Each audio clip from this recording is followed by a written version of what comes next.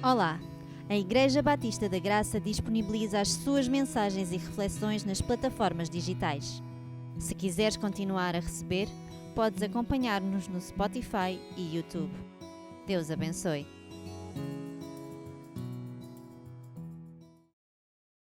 Estamos na época natalícia e isso não é novidade para ninguém.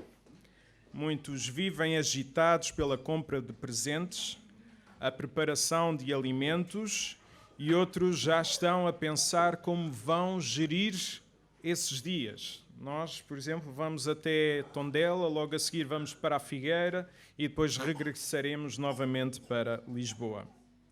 Há também quem pense nos problemas que uma mesa de Natal pode trazer, pois inexplicavelmente as pessoas tendem a discutir nesta época, mesmo após terem estado sem se ver durante algum tempo. É também uma época onde ouvimos muitas músicas de Natal, desde hinos até às canções mais diversas. Além disso, é comum associar-se esta época ao Pai Natal. No entanto, eu hoje quero-vos falar não do Pai Natal, mas do Pai do Natal. E o título da mensagem de hoje é precisamente o Pai do Natal. Vamos abrir as nossas Bíblias em Lucas, capítulo 1, versículo 26 a 38. Já podem dizer que ouviram uma mensagem acerca do Pai do Natal, está bem? Crianças e júniores.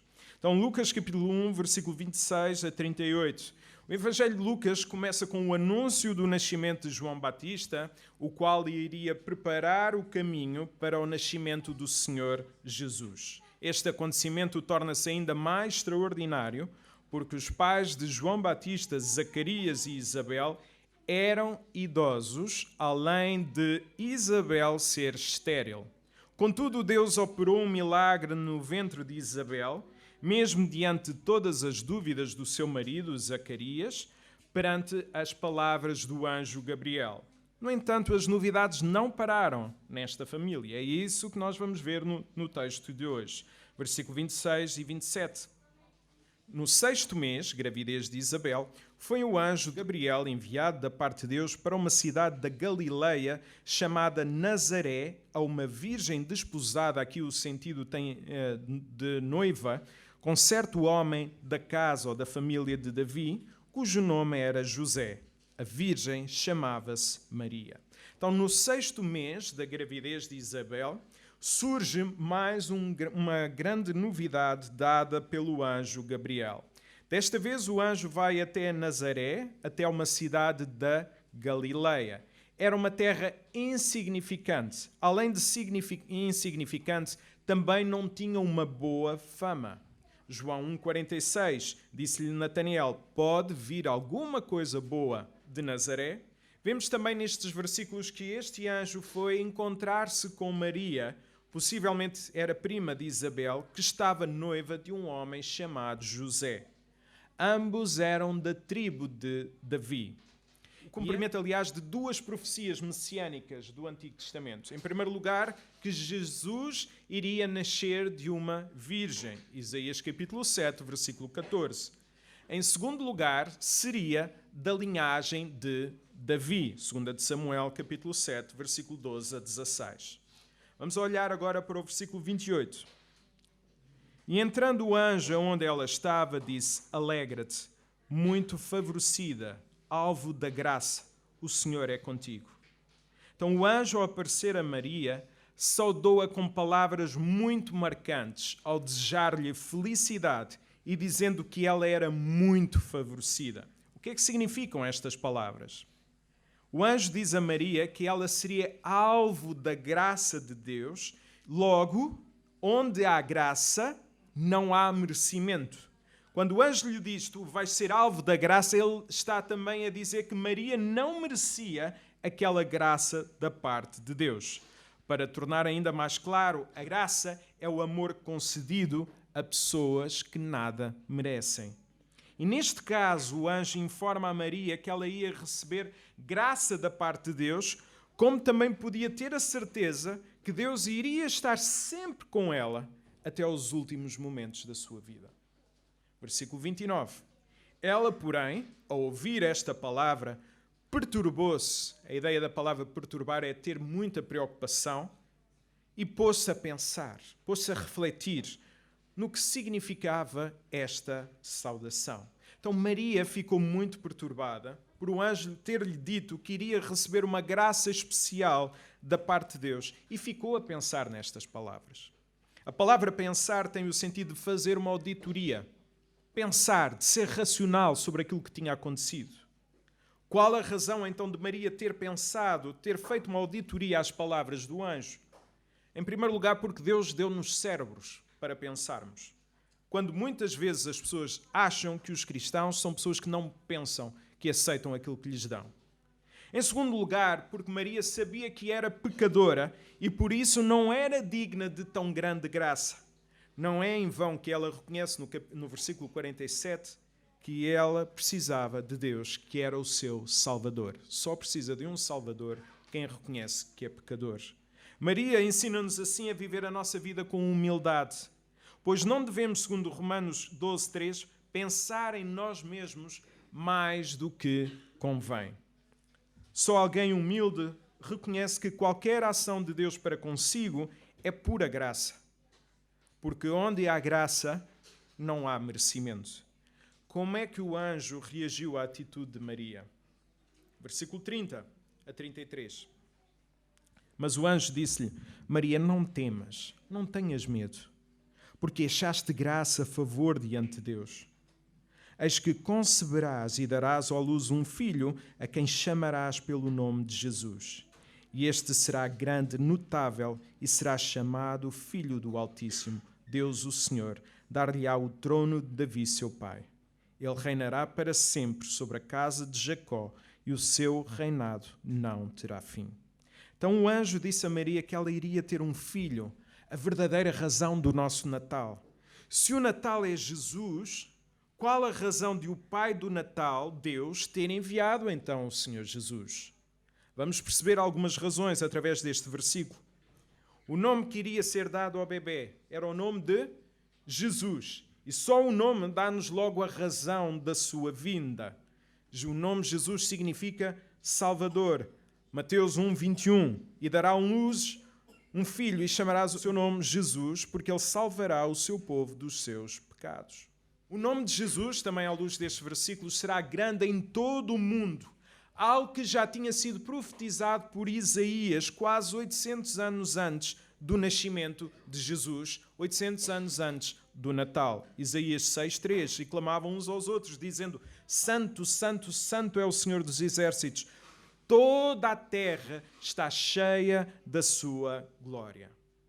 Jesus também, nesses versículos, podemos ver que será chamado Filho do Deus Altíssimo. Inclusive, em Lucas 8:28, nós podemos ver que são os próprios demónios a chamar a Jesus de Filho do Deus Altíssimo. Então, até os próprios demónios sabiam quem era Jesus. Jesus era também o descendente de Davi, o qual iria estabelecer um reino espiritual, o qual não iria ter fim. Deus também enviou Jesus por ter prometido desde o princípio da Bíblia um Salvador, aquele que iria trazer salvação, aquele que iria salvar então o povo. Então, quando compreendemos estas razões da vinda de Jesus, nós celebraremos o Natal com sentido. Com o sentido que o Pai do Natal, Deus, quis dar-nos. Como é que ficou então a jovem Maria? Como é que ficou a noiva Maria, que era virgem, perante estas palavras? Versículo 34.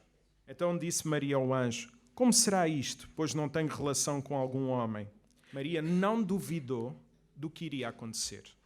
Ao contrário de Zacarias, conforme os versículos anteriores, ela queria apenas compreender o plano de Deus para então entregar-se de todo o seu coração. Apesar de estar noiva, Maria estava a guardar-se fisicamente para depois do casamento com José. Se repararmos, Maria ensina-nos também a ter a postura certa quando nós namoramos ou estamos noivos. Agora, qual foi a resposta do anjo perante as palavras de Maria? Como iria nascer um bebê se Maria era virgem? Seria assim tão importante sabermos que o Natal é sobre o nascimento de Jesus, de uma jovem virgem? O que devemos afirmar ao mesmo tempo quando nós estamos a celebrar o Natal? Versículo 35 e 36. Respondeu-lhe o anjo: descerá sobre ti o Espírito Santo, e o poder do Altíssimo envolver-te-á com a sua sombra, e por isso também o ente santo que há de nascer será chamado Filho de Deus. Depois do anjo ter explicado a razão da vinda de Jesus, agora revela a Maria o processo pelo qual iria acontecer, ao mostrar como a Trindade, Deus Pai, Deus Filho e Deus Espírito Santo, estava envolvido em todos os momentos. Reparem novamente, o anjo diz a Maria que o Espírito Santo descerá sobre a sua vida. O poder do Altíssimo Deus irá envolvê-la com a sua sombra, um conceito muito conhecido, porque Deus já tinha envolvido a sua sombra com Moisés em Êxodo 40:35. E por fim, iria nascer Jesus, o Filho de Deus, Deus Pai, Deus Filho e Deus Espírito Santo. O anjo também diz a Maria que Jesus é o Santo que virá. Isto significa que Jesus veio ao mundo para viver uma vida pura, uma vida santa, mas que também ao mesmo tempo, apesar de estar no mundo, ele se estaria separado. Santo significa separado para Deus. Então, ao celebrarmos o Natal, ao celebrarmos o nascimento de Jesus, devemos ter a consciência de que estamos a celebrar o envolvimento do Pai do Natal, Trindade, Deus, nas nossas vidas. Por isso, no Natal, nós devemos reconhecer que Deus não está ausente. Cada celebração natalícia, nós devemos afirmar que Deus está presente nas nossas vidas. Que Deus não está ausente, que Deus está acima da criação, mas Ele envolve-se com as pessoas. E o anjo diz assim a Maria para não ficar surpreendida, porque Deus já estava a agir. Para ela não ficar surpresa com aquilo que iria acontecer, porque Deus já estava a operar milagres. Versículo 36 a 37. Isabel, tua parenta, igualmente concebeu um filho na sua velhice, sendo este já o 6º mês para aquele que diziam ser estéril, porque para Deus não haverá impossíveis em todas as suas promessas. Então o anjo diz a Maria que já podia ver o poder de Deus em ação, porque a sua prima, Isabel, já estava grávida de 6 meses. E com uma gravidez de 6 meses já poderíamos ver o poder de Deus, até porque com 6 meses de gravidez já ninguém esconde uma barriga. Por isso, Maria, logo a seguir a este episódio, ela foi visitar Isabel, porque acredita-se que ela ainda não tinha sabido que Isabel estava grávida. Além disso, o anjo tem palavras que devem trazer conforto para qualquer pessoa. Para Deus não há impossíveis. Para qualquer coisa? Não. Para aquilo que Ele promete. Este versículo não é um versículo aberto para aquilo que nós quisermos, nós temos acesso. Deus não há impossíveis. Estás doente, Deus não há impossíveis. Não, Ele prometeu. O que Deus prometeu, Ele cumpre. Porque para Deus não há impossíveis. Estas palavras, então, não são uma carta aberta para a concretização dos nossos desejos, mas é a certeza de que quando Deus promete, Ele cumpre. Nem a velhice, nem a esterilidade de Isabel foram impedimentos para a concretização da vontade de Deus. E certamente que também não seria a virgindade de Maria. Será que nós, nos dias de hoje, ainda duvidamos do poder de Deus? Será que nós cantamos Jesus em Tua presença? Será que nós cantamos outros coros, mas ainda duvidamos do poder de Deus nas nossas vidas? Ao celebrarmos então este Natal, que cada um de nós compreenda que Deus tem todo o poder. Envolve-se com poder. E Maria? Qual foi a resposta de Maria? Versículo 38. Então disse Maria: aqui está a serva do Senhor, que se cumpra em mim a tua palavra. E o anjo ausentou-se dela. Neste versículo 38 encontramos possivelmente uma das respostas mais bonitas de toda a Bíblia. E para percebermos melhor, convém saber tudo o que envolve uma afirmação destas.